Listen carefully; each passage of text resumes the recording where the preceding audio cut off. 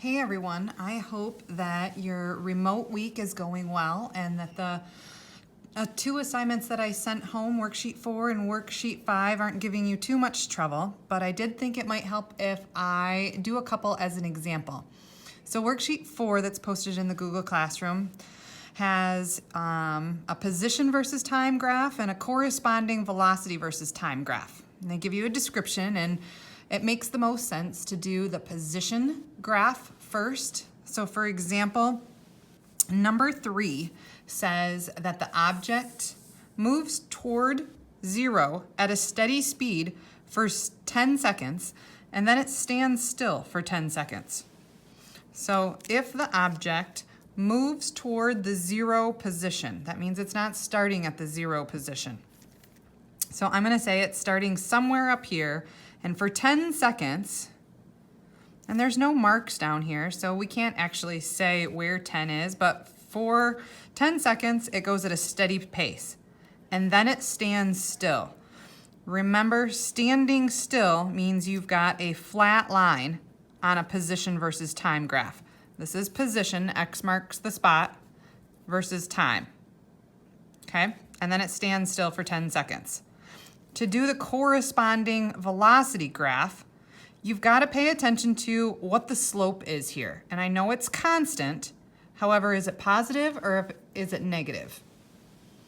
It's negative, so that means my velocity is going to be down here. It's a constant speed or constant velocity. So my velocity is going to be negative, and it's not going to change for the first 10 seconds. And that's about my 10-second mark, so I want about the same amount of time right here. And then, once it stands still, then I can drop my velocity to 0 for the rest of the time. And that's one of the tougher ones because it has 2 parts to it. Of course, like for number 2, the object is standing still. It doesn't say where, so you can have it standing still straight across here, which then, of course, the velocity, if it's standing still, is going to be 0. On the back side, you have 2 different corresponding graphs. And so for this one, it's you're gonna need to figure out what the rise divided by the run is. It's constant, so you can pick any 2 points you want. I'm gonna pick that point and that point. And I can tell that this line rises 4, we'll say 4 meters, and it runs for 4 seconds. 4 divided by 4 would be 1, so my velocity is 1 meter per second. So the corresponding velocity graph would look like this.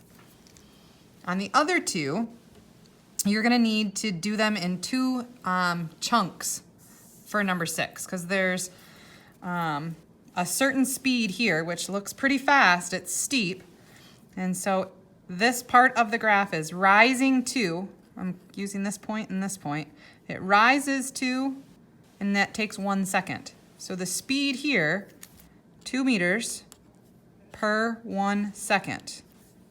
So the velocity would be 2 meters per second, which over here on the corresponding graph, for the first second, that's going to be my velocity.